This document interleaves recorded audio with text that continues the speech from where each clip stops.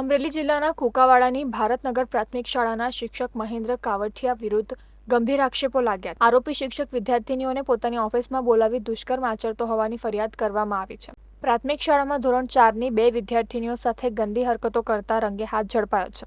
આરોપી શિક્ષક વિરુદ્ધ પોક્સો હેઠળ ગુનો નોંધાયો છે. આ ઘટનામાં ફરિયાદીને શિક્ષકની કાળી કરતૂતની જાણ થઈ હતી અને તેમને શિક્ષક પર સતત નજર રાખી હતી, જેમાં શિક્ષકની ગંદી હરકતો ઉજાગર થઈ ગઈ હતી અને તેઓએ આ અંગે અમરેલી તાલુકા પોલીસને જાણ કરતા પોલીસે આરોપી નરાધમ શિક્ષકની ધરપકડ કરી હતી.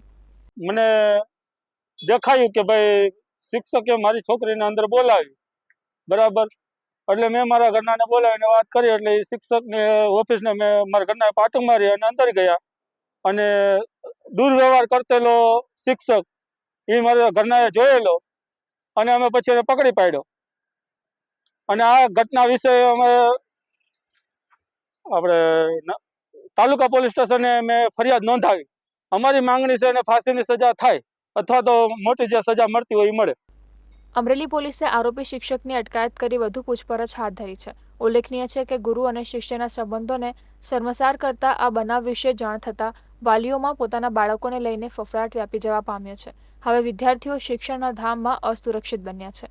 અમરેલીના નાયબ પોલીસ અધિક્ષક ચિરાગ દેસાઈએ જણાવ્યું હતું કે શિક્ષક મહેન્દ્ર કાવઠિયાની ધરપકડ બાદ આરોપીને કોર્ટમાં રજૂ કરીને રિમાન્ડ મેળવવાની તજવીજ હાથ ધરવામાં આવશે. તેમજ અન્ય બાળકીઓ પણ નરાધમનો ભોગ બની છે કે કેમ તે અંગે પણ તપાસ કરવામાં આવી રહી છે.